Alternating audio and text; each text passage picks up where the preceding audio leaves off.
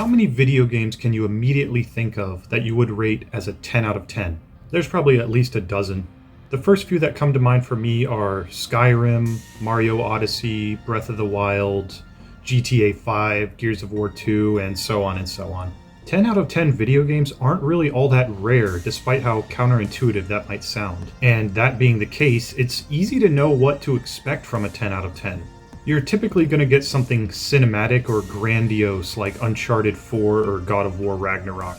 Or you might get something with satisfyingly addictive multiplayer matches like Halo 3 or Gears of War 2. Or maybe you'll get something with a huge sense of freedom like Elden Ring, Breath of the Wild, or Minecraft or Skyrim. You can even assume that you'll get most, if not all of these same elements out of a 9 out of 10 game. And heck, even sometimes an 8 out of 10 video game is going to have a lot of that stuff too.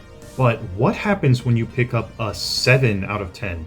Well, you certainly shouldn't expect all of those elements I just mentioned, or even half of them, maybe just a couple of them. Maybe you'll get one or two, who knows? But therein lies the beauty of the 7 out of 10 video game. It's a complete surprise. We all love surprises, right? And where better to experience one than in a brand new video game you probably just dropped $60 on. But seriously, I think there's a charm to a 7 out of 10 video game that you can't really find anywhere else.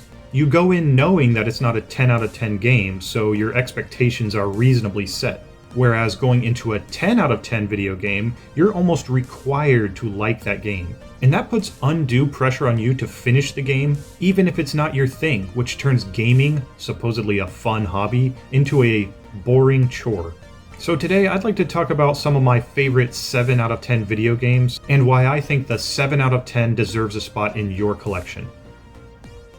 Starting off with a good example is Mirror's Edge, that released for the PS3 and Xbox 360 back in 2009. The game currently holds a 79 on Metacritic, so it barely meets the criteria for this video. I think it's a great game, and in some people's mind, a classic of the 7th generation of consoles. So what's with that lower score? Well, at the time, reviewers and critics felt that the game was too short and too easy. But what if you're a gamer that prefers your games to be like that? Sometimes I might even be willing to rate a game higher because of a more concise length rather than a slog of 60 hours that I can't enjoy. Sure, it has some other problems like performance issues and some weird checkpoints, unfair hit detection, but this 7 out of 10 has a little something for everyone. I'm kidding, but it does have a lot to offer, especially because you can find it really cheap these days, and if you haven't played it in a while or never at all, then I'd recommend trying it out because you might find something new that you really appreciate with this one. Just don't go in expecting a 10 out of 10 and you'll be fine. What it lacks in length and depth, it makes up for with a cinematic story and a really fun and satisfying gameplay loop. Another example would be Risen for the Xbox 360 and PC. I think this game for me more encompasses what I mean in this thesis. It has all the promise and potential to be a 9 out of 10 or a 10 out of 10, but it's bogged down by sluggish combat mechanics and slow player progression. It does have nice presentation and a huge world that's open to explore, that's full of quests and interesting characters. But sometimes that bad stuff gets in the way of the good stuff. Like maybe if the player controls were a little bit better, the beautiful world would be more fun to explore. Still, there's a really good game underneath all the issues. The story can be experienced in the way that you choose. You can customize your playstyle to your own liking, and you can spend hours and hours exploring and questing in this awesome world. The 10 out of 10 version of this game would be something like Skyrim or The Witcher 3, but if you want something a little different, something that has its own, albeit flawed, character, Risen is a really fun game as long as you don't go in expecting a 10 out of 10. I could also talk about Elix, also done by Piranha Bytes, who did Risen, but I think Risen is the better example of a good 7 out of 10. Don't get me wrong, Elix definitely fits in this category and genre that I totally just made up for this video, but it is more plagued with bugs and overall performance issues, at least on consoles, and an overall lack of direction that I think makes it a more frustrating game than Risen. Still, I do recommend Elix so long as you, say it with me guys, don't go in expecting a 10 out of 10. Call of Juarez is a weird game. It's definitely unique, I'll give it that, but it fails to deliver on the promise that it makes in the first part of the game, in my opinion. It has some awesome shooting mechanics, a really fun setting in the Old West, but it drastically shifts away from that super fun, ultra cinematic opening couple of levels, and just honestly becomes kind of dull for the next large section of the game. It is just weird to me because that first section of the game is really almost 10 out of 10 caliber. It's just a shame that Call of Juarez goes off the rails from what it set up in the beginning, because this could have been another addition to the long list of classic Western shooter games. From Billy the Kid to Outlaws to Red Dead Revolver and Undead Nightmare, but no, they just couldn't keep it together with this one. And that's why Call of Juarez just starts out as a 10 out of 10, but then slowly shows you why it was really a 7 all along. Mount and Blade was an action-adventure strategy game released for the PC in 2008, and boy was I hyped for this one when I was younger.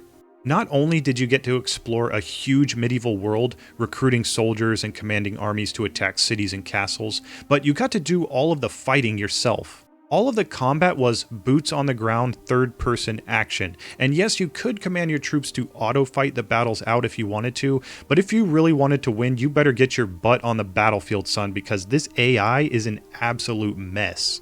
One of the big problems with Mount and Blade is that it's too easy to cheese the game. And what I mean by that is finding a glitch, exploiting it over and over, and profiting immensely and destroying your opponents as a result, making the game way too easy. But that's just one of the problems with designing a game this big in scale. It can be hard to make sure every single element of the game functions exactly as designed. It does suck that the combat, one of the most major parts of the game, for gamers who like to play it that way, can so easily be cheesed. Sometimes at least. Not all the time, but most. But in spite of all that, Mount and Blade is a certified cult classic, garnering praise from many outlets and gamers and providing the first entry into an overall great franchise of very unique games that have a really fun blend of genres and styles.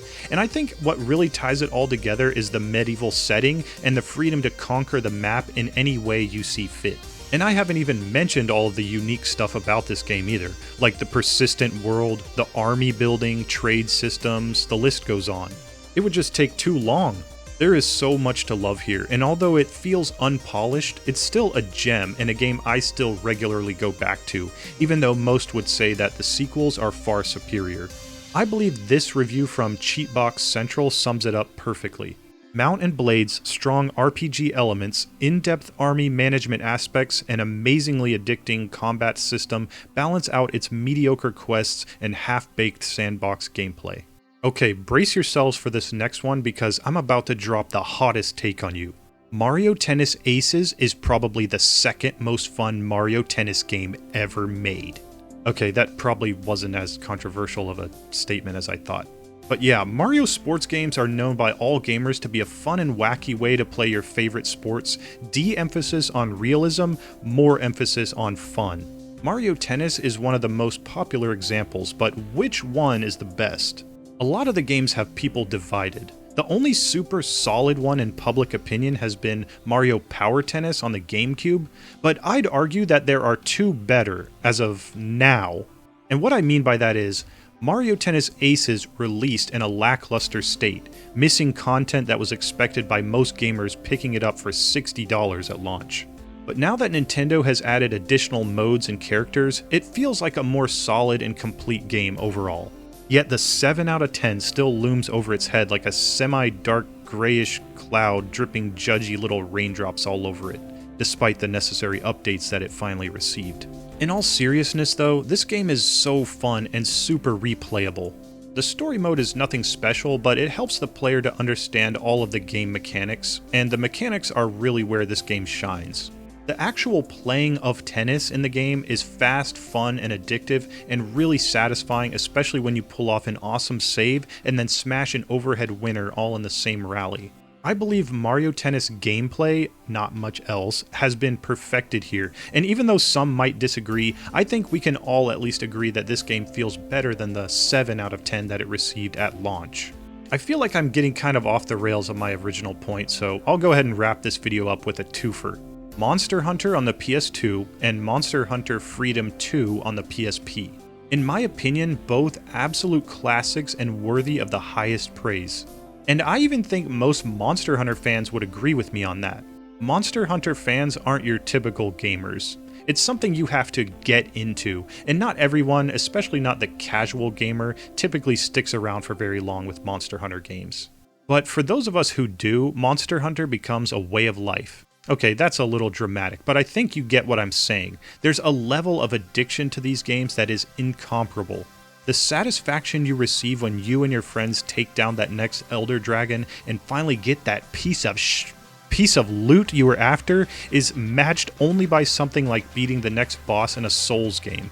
And Monster Hunter these days has grown so much from what it originally was. For example, the controls. Did you know that in the original Monster Hunter game on PS2, you had to push the right analog stick in different directions to perform different attacks? And there's no option to switch that to buttons. I mean, I don't hate that idea, but the execution of it just left a lot up to chance with how difficult that ends up being to control, especially in the heat of a big battle. But at the same time, look at this. Look at this! This was a PS2 game! The Monster Hunter series was way ahead of its time, and it has never really stopped innovating in my opinion.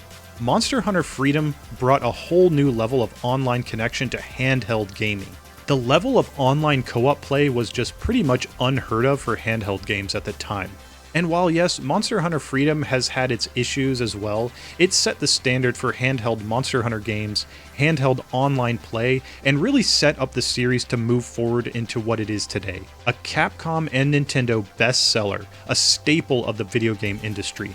And while I don't really believe you can judge past games with the merits earned by games later in the series, I still think that Monster Hunter and Monster Hunter Freedom 2 are awesome games, even if you just want to go back for a quick little nostalgia trip now and then. Okay, I think that's enough blabbing for now, but hopefully I got my point across. 7 out of 10 games have their place in your library. I mean, if everything was a 10 out of 10, things just wouldn't be that exciting anymore, right? 7s can be a fun way to find a unique experience and find something that you like that maybe others don't appreciate as much. And hey, maybe it's just because it's got some stuff around it that a lot of other people don't like, but you personally have no problem with. I've found quite a few games that I consider underappreciated gems because of that rating. And usually when you do find that underrated gem, that 7 out of 10 starts to look a lot more like a 10 out of 10 to you. So please let me know in the comments what you guys think are a 7 out of 10 video game that you personally view as a 10 out of 10 and think more people should give a fair shot. Do they have any of the elements that I've mentioned before? Or do they just have something that you personally enjoy? Let me know what you guys think, and thank you so much for watching.